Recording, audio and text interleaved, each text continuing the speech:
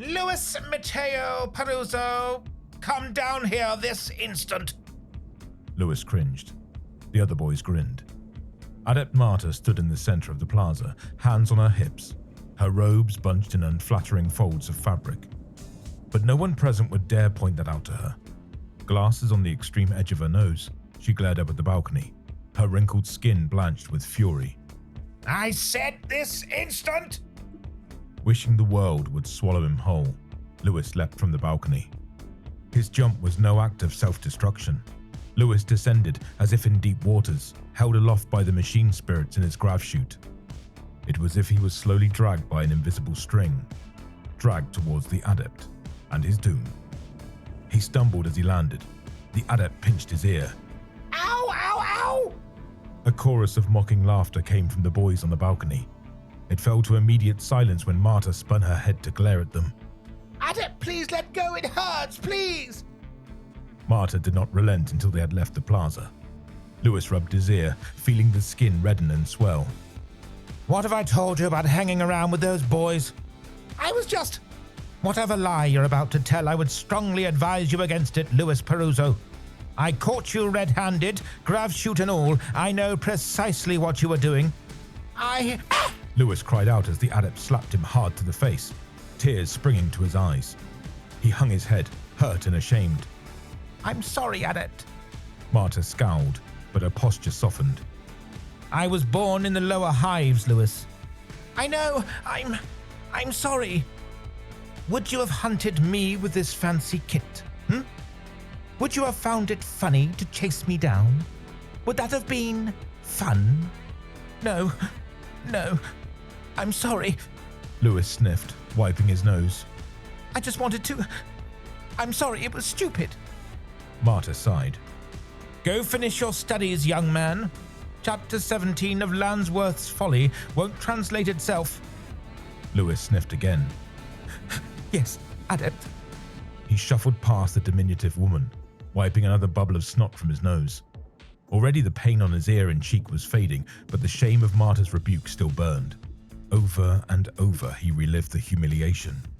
He cut an entirely distracted figure as he navigated the south wing, utterly blind to hassled-looking scholars, officious servants, and the occasional floating cherubim. They called it the south wing, but that was something of a misnomer. Up in the hive spires, the south wing was more a small township than part of a building. Entire manses sat nestled within its great expanse, and what the locals called the cloisters were wide enough for automobiles to drive through. Indeed, they commonly did. Open-top luxury sports cars would squeal along marble tile and cobbled stone. Young scions would laugh and hang from the sides. And every year, the adepts would tell their students about a drunken misadventure ending in tragedy. A crash, a death, a maiming. It never seemed to change anything. The young would find their thrills wherever they could. Louis sighed, reaching his home. A stately oaken door stood before him, flanked by statue lions which held flickering candles in their jaws. He slipped inside and made a beeline for his room. It was unlikely that his parents were home, but Louis had no wish for an accidental meeting. His room was his sanctuary, the place where he could be as he was, rather than as he wanted to be. The bed was neatly made. The papers on his desk were lovingly arranged, perfectly perpendicular to the position of weighty tomes. There were no clothes strewn about the floor, no loose tissues fouling the carpet. Something in Louis's shoulders relaxed. Louis removed his kit, returning the grav chute to its appointed cubbyhole, taking off his boots and placing them in their proper place on the shoe rack, the footwear arranged by level of formality. Rather than activate the main lumens, the young man activated the glow globe at his desk, its flickering candle-like light producing a warm but uncertain radiance. He smoothed back his hair.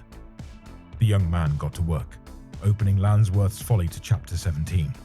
He picked up his quill, delicately dipped it in ink, and began the laborious process of translating the archaic High Gothic to a standard variant of Low Gothic. As he labored, Louis listened to the Loudcaster, the device tuned to Ecclesiastical Youth Station FM.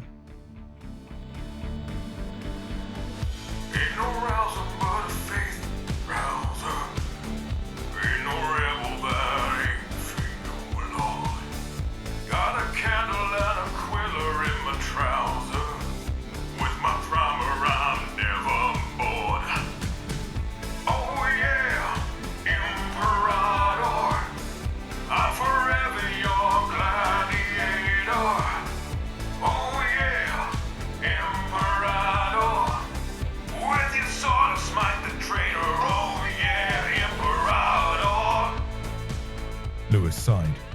No matter how funky the rhythm, there was no avoiding the fact that the song was just impossibly lame.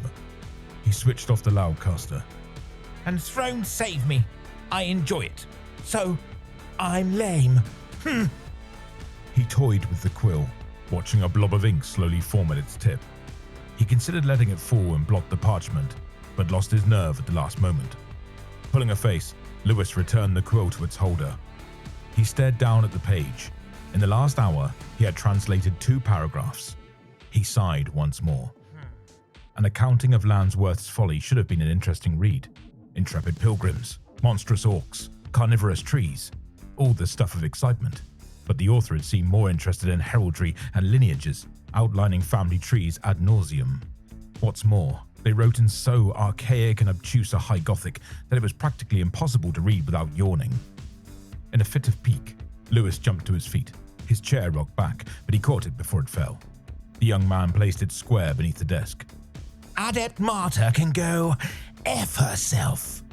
He paced up and down the room. He raised his hand as if to strike at furniture, but never actually threw out a punch. She thinks I'm just some kid, but I'm not a kid. I'm almost 15 years old. It's not fair. So yeah, F her. Lewis froze. He thought he had heard someone moving below him. He waited, not daring to speak. He heard the old house creaking. He let out a long breath. His next words were a defiant whisper. F her. He grabbed the ink pot and headed for the ensuite bathroom, scowling at the reflection in the mirror. He tousled his hair and dabbed his fingers in the ink, painting a ring of black about his eyes. When done, he stared at his reflection. A sweet young man with slightly unkempt hair and panda face paint stared back at him. Throne. Lewis washed off the ink, feeling stupid. He stormed from the bathroom and threw open the doors to his walk-in wardrobe. He saw an array of austere conservative suits and button-up shirts, pressed trousers and scholarly robes. But there, on the right, an Emperor's Day gift from his slightly mad uncle, Uncle Matteo. A frilly shirt with a ballooning shape and a high collar in the fashion of the Terran court circa M39. Lewis balled his hands into fists.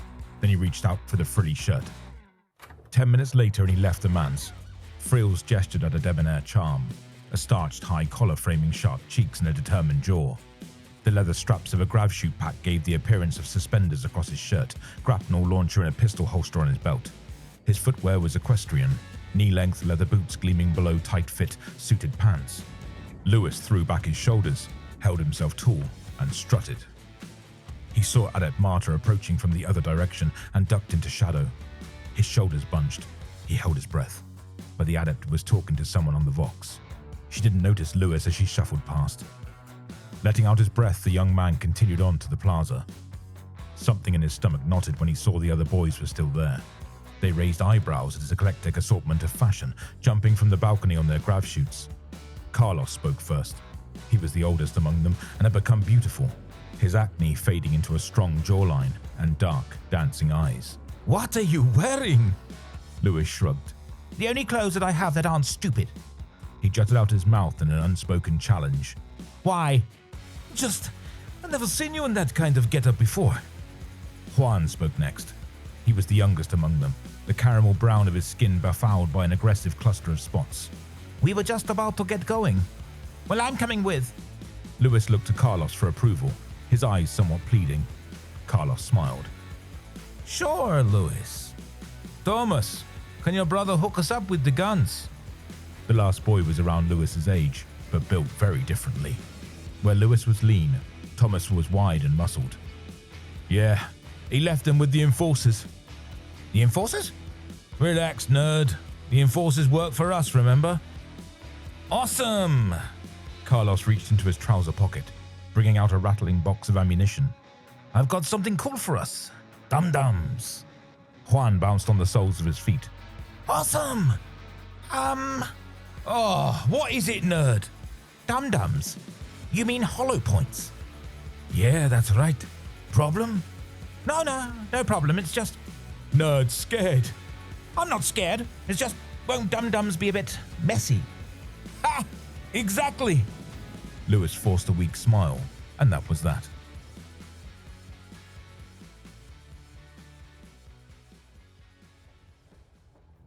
The 4 boys stumbled out of the transit rail, shoving each other and laughing as the graffitied vehicle shot from the station. Lewis glanced around, trying to conceal his anxiety. They were on the edge of the underhive. A shuttle had taken them from the spires to the wasteland edge of the hive's base, but they had been forced to slum it the rest of the way, traveling by transit rail to the boundary of hell. Lewis swallowed. The train had been awful. Sprawled with crude graffiti, its seats sticky, the cabin stinking of vomit and urine. Here, on the edge of the underhive, it was even worse. Human effluence mixing with the grim stench of blood and industry smog. The train had taken them directly to the enforcer station. Lewis looked on it with despairing eyes. It didn't look right. Enforcer stations in the spire were civilized places where citizens could wander inside and report their grievances. This was anything but that. It resembled a military bunker, a forward outpost in sight of no man's land. A jutting guard tower provided overwatch over the approach. A grim-faced enforcer manned a heavy stubber, fingers never far from the trigger. Rows of razor wire formed an obstacle course of slicing metal, interspersed with tank traps and sandbag barricades. Lewis swallowed. He felt physically sick. Fortunately, the defenses were very much in one direction. From the train station, the boys could approach without clambering over razor wire or barricades. But Lewis couldn't stop looking. A long rock-creek cavern festooned with defenses leading to the gaping mouth of a black tunnel. Lewis quailed at the thought of what might slither out. Mutants, xenos, gangsters, madmen, heretics, all loping and skittering from that mouth of hell. Come on, Lewis! Lewis realized he had fallen behind and ran to catch up. An enforcer had come out to meet them, the silver of his light carapace glinting evilly in the aluminum gloom. His helmet and visor obscured the top half of his face, but Lewis could see that he was grinning. His lips scarred by a diagonal cut, 2 of his teeth missing in the middle of his mouth. He held a bundle of hunting rifles. A semi-automatic shotgun was slung over his back. "Hello, boys. Having some fun today, are we?" His grin widened as the other boy snatched the guns from his arms. Lewis took the final hunting rifle, meeting the enforcer's gaze and trying not to tremble. In the spires, enforcers were polite, smartly uniformed men and women, nothing like this grizzled, grinning brute with his heavy stubble and stinking rock-gut breath. Thank you. "You're most welcome, my lord. Have fun down there. Strike the fear of the Emperor in them, eh?" Oh, yes, quite. Lewis heard Carlos calling his name. The other 3 had already moved off, not bothering to bandy words with the hired help. Gulping, Lewis nodded politely to the man and ran to catch up. They strode towards the gaping maw of the underhive. Slowly, inexorably, the lip of mangled metal closed over the 4 boys. Lewis shivered as he felt the shadow pass over him, clutching tightly at his rifle as he navigated a passageway of strewn rockcrete and broken glass. The other boys were still laughing and chatting. They traveled deeper and deeper into the underhive, following the main tunnel. Their stab lights cut into the blackness and cast strange shadows of shapeless iron. A rat, grotesquely large and inexplicably augmented by stray bionics, scuttled and fled from the light. Unknown creatures rustled and fluttered in the unseen crevices above. A side tunnel pulled westwards, brimming with an ominous scarlet glow. Lewis's shoulders were tense. Sweat beaded down his brow. Claustrophobia beat down on him. He focused on not slipping, not opening his shin on some jagged obstacle, but he heard every scuttle in the darkness, snatching at his attention. He hated every moment. He noticed that the other boys had fallen silent as well. After what felt like hours, the main tunnel opened onto an artificial cliffside. Beyond, ramshackle city was revealed in all its dismal glory. Lewis gaped at the size of it. Overlapping, leaning buildings were held up by rusted girders and blind faith. Black Factora chugged diseased pollution from smokestacks. 100,000 street luminums guttered neon blue and diseased yellow. The rumbling thunder of the Factora beat a drum through his stomach, punctured by the occasional rat-a-tat of automatic fire, the whip crack of las rounds in the gloom. And then there were the people. The hundreds of thousands. The millions. More people than Lewis had ever seen in one place. Lewis's eyes were wide. He glanced about, gulping at the graffiti around them. Skulls and crossbones, leering from gaping eye sockets, drinking in the young man's fear. Don't be scared.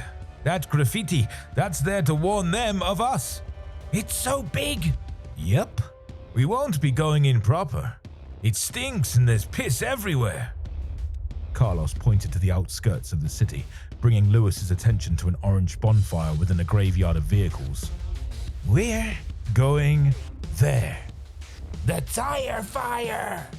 Why? It's a good spot. Lots of places to climb where we won't be seen. Not too many people, and the fire scares away the rats. Oh, splendid. It's not the rats you should be worried about, nerd. It's the face eaters. The what? Thomas just laughed in response. Lewis blanched. They made their way down from the metal cliffside, following a winding path of carved permacrete. Lewis clutched ever tighter at his gun. He jumped at shadows and prayed to the God Emperor that the other boys wouldn't notice. And, invariably, he kept gawking at the sheer openness of the expanse before him, the strange juxtaposition of a city enclosed by smothering metal and yet spreading so far across open space. The way down was empty of people. Lewis frowned at that. He thought of the skull graffiti that had adorned the tunnel mouth and shook his head. The idea that the underhivers were scared of people like them seemed foolish, laughable even. Lewis bit his lip. They approached the junkyard, Lewis's nose wrinkled at the stink of burning rubber, thick, carcinogenic, and collecting at the back of his throat. They had walked almost 2 miles. The city seemed barely closer. Throughout, the percussion of gunfire and industry had been an ever-constant accompaniment to the crunch of their footfalls. Found one! A man ran across the way ahead. Thomas brought his rifle to his eye and fired. Lewis flinched at the horrible noise. Bullseye! The other boys whooped. Lewis felt sick. Thomas's aim had been good. His victim lay sprawled on the ground, clawing at scraping metal as he tried to crawl away. Blood poured out from the crater in his back. He moaned in pain as Thomas caught up to him and stepped on his back. Turn over, scum, or I'll put another bullet in you. His victim obeyed, shuddering as he flopped over. He was a scrawny rat-faced man, his cheeks and mouth pinched towards a thin, pointed nose. His face was grimed with sweat and pollution ash. Thin, greasy hair plastered against a sallow brow. Thomas grinned back at the other boys. Look at that! Hit him square! Awesome shot, Thomas! Right in the center of mass. Lewis stared at the underhiver, not knowing what to say. He tried to guess at the man's age. They could have been 60 or 12. It was impossible to tell. The ravages of the underhive had remolded the shape of their face, had drawn privation lines across malnourished skin. For a moment, their eyes met. Lewis gasped. He saw fear. He saw pain. But that was not the worst of it. What Lewis found most repugnant was the resignation, the complete absence of anything resembling surprise. Thomas laughed. He high-fived Juan. What do we do now? The second gunshot made him squeak. A thin wisp of smoke rose from the end of Carlos's gun. The underhiver's body snapped back. Did you see Lewis? See how much he jumped? I didn't jump. You so did. He did. Shut up. You shut up, nerd. Lewis fell silent, cheeks burning. His eyes were still fixed on the corpse. The man's skull had exploded. It was nothing like the Picts. In the Picts, a bullet just made a neat round hole in the head. It didn't crack open bone and spit out brain matter. The young man tried not to vomit. The corpse's nose was partially collapsed, creating a grotesquely lopsided half-formed face. One eye hung from its socket, the optic nerve half severed. The other eye was shredded and pulped. Blood was everywhere, flecking rotten teeth and chapped lips. Some was on Lewis's boot. Lewis took a step back from a seeping grisly puddle. He shuddered when Carlos put a hand on his shoulder. Give him a break. It's his first time. It's not like you weren't scared the first time. Yeah, but I didn't jump like that. Yeah, you just wet yourself. I did not. You did. I didn't. Take it back or I'll punch you. I'm double your size, idiot. You punch me and I'll punch you back. No one's punching anyone. Come on. We're not even there yet. The other boy continued on, flanked by his lackeys. Lewis lingered a few moments, still transfixed by the mutilated corpse. A cold feeling spread across his stomach. Then he noticed he was falling behind and ran once more to catch up. They approached the vehicle graveyard. The stink of the burning tires grew acrider, stinging at his eyes. Carlos offered Lewis what looked like 2 cork stoppers connected by a thin black tube. Here, filtration plugs. It'll help with the smell. Lewis fixed them in his nostrils, grimacing at the rubbery texture. Breathe through your nose, not your mouth. Otherwise, they won't work. Lewis nodded. The stink of smoke was smothered by the faint whiff of medical packaging. It wasn't exactly pleasant, but it was far better than the stench of burning rubber. Come on, and don't mind the others. Just try not to throw up. Lewis managed a weak smile. They followed a jagged path through the junkyard, finding the burning tire pile at its center. Orange flame licked at the bottom of a billowing canvas of thick, oily smoke. Tire upon tire was stacked for some incomprehensible purpose, wreathed in bubbling fire. A dozen or so makeshift tents were arranged haphazardly around the blaze. Strewn litter and empty bottles of rock-cut booze suggested that the place had been recently abandoned. Oh, you scared them off, Thomas. Carlos picked up one of the bottles. It was still half full, containing a grim brown-orange liquid with an oily sheen. They'll be back. Anyone want some? Yeah. The boys passed round the bottle, pretending not to be disgusted. Lewis took a swig. He stifled a splutter. It tasted like some evil blend of urine and raw promethium, mercifully muted by the filtration plug still fixed in his nose. He could feel the drink's fumes waft across his face, producing tears that he hurriedly wiped away. It's good. Thomas snatched the bottle from him and finished off the dregs. Cheeks red, he threw the bottle into the crackling fire. Nice! Nice throw. Come on, let's find a good spot for when they come back. The boys spread out, gazing upwards at the mountains of broken chassis and junk. Uneven metal cut at the bleak air, glinting dully from the smothered orange of the pyre. Mangled skeletons of machinery, long picked over for anything of use, gathered smoke stains and rust, discolored iron and oxygenated steel. What about here? Juan pointed to one of the piles of trash, a tumble of stacked Chimera APC skeletons crushed together by the weight of years. The stack formed a vaguely stable base, tipped by a chaotic parapet of twisted metal and spilling gears. It almost resembled a barbarian sentry tower, or some madman's idea of a noble child's treehouse den. Carlos nodded in approval. He drew his grapnel and fired. Maglock clamps latched to dull metal. He tested it against his weight and activated the winch, reverse abseiling up. Come on! The other boys made their way up and took up hiding spots behind gnarled protrusions of trash. Lewis wrinkled his nose. He felt the grime against his face. The coldness in his gut spread across his stomach as a dull ache of misery. He whispered to himself, fighting back tears. I want to go home. What's that, nerd? Nothing. Thomas went to speak again, but Carlos slapped him on the back of the head. Shh! Ow! They waited, excitement souring to faint boredom. Lewis's lip trembled, still thinking of home. He thought of ADEPT Marta. He thought about how disappointed she would be if she knew where he was. The awful feeling in his stomach reached his chest. A sensation of tightness bunched his shoulders together. It crept towards his throat, but then Lewis heard the sound of people approaching, and the feeling was banished by a sudden, icy plunge into his abdomen. The other boys excitedly readied their rifles. Something about their expressions made Lewis feel sick. 2 underhivers approached the tire fire. A young man and woman, barely older than Lewis. Their gaunt faces hollowed out by starvation and streaked with dirt and scars. They wore little more than rags. Their shoes, if they could be called shoes, peeled apart at the soles. And yet, despite their obvious poverty, they were smiling. Seeming blind to their surroundings, they faced one another before the fire, murmuring softly each to each. The young woman laughed. She stood on her tiptoes to kiss the young man. He kissed her back, running fingers through the dead ends of her dry, malnourished hair. Lewis swallowed. He tore his gaze away from the young couple and saw that Carlos was already aiming his gun at the young man's head. No! He threw out his hands as Carlos pulled the trigger. The roar of the rifle echoed from the junk tower. The bullet snapped out. It whipped into a burning tire with a burst of sparks. Damn it! You nudged me! The 2 underhivers were already running, sprinting through the junkyard as Thomas and Juan brought up their rifles. Juan took the shot and missed by inches, the bullet ricocheting into the rusted hull of an auto carriage.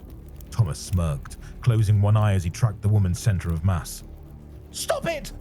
Lewis threw himself against Thomas before the other boy could fire. Hey, you stupid idiot! They tussled atop the tower of junk, shoving and pushing. Their trashy treehouse swayed. Juan cried out a warning, but it was too late. The edifice was toppling, sending each boy careening towards the ragged ground. Jump! The boys leapt from the falling tower. Broken, rusted metal overbalanced and crashed downwards. Compacted junk separated as down became sideways, and sideways became down. The noise was immense. A tonnage of gnarled junkyard cymbals slammed against the cold ground. Some slammed into the tire fire, billowing sparking smoke into the dark air. Cacophonies of rolling gears pealed, the ringing echo of dead machines headbutting one another.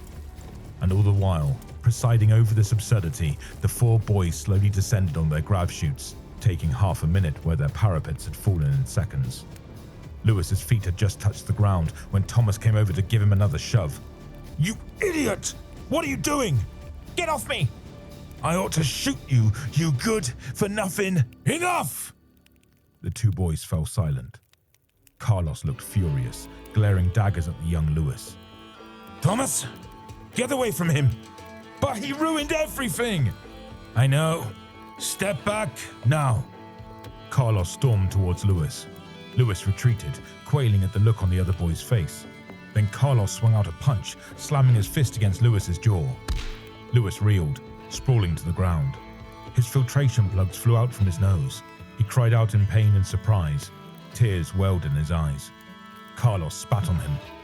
You're a loser, Luis Peruzzo, and we don't want to hang out with you anymore. You wouldn't leave me here, would you? An irritated shadow fell across Carlos's eyes. Of course not. Get up. We're taking you home. Then we won't have to talk to you ever again. Lewis sniffed, picking himself up. He avoided the judgmental gazes of the other 3 boys, wiping away a snot bubble forming on his right nostril. All this, it isn't right, you know. What you do down here, it's horrid. Carlos rolled his eyes. They're not people, Lewis. They're underhivers. It doesn't mean anything. Well, if that's how you feel, I suppose I don't want to hang out with any of you anymore either. Good for you. Get moving. They traveled mostly in silence. Lewis kept his head down. He fought back tears. He could feel the glares of the other boys and dared not meet their eyes. They navigated their way out of the junkyard, climbing the winding path that took them up the artificial cliffside. An unspoken, breathless consensus resulted in a brief stop, allowing Lewis one last view of the blighted underhive. He stared out across the gigantic, leaning city with new eyes, wiping at his nose.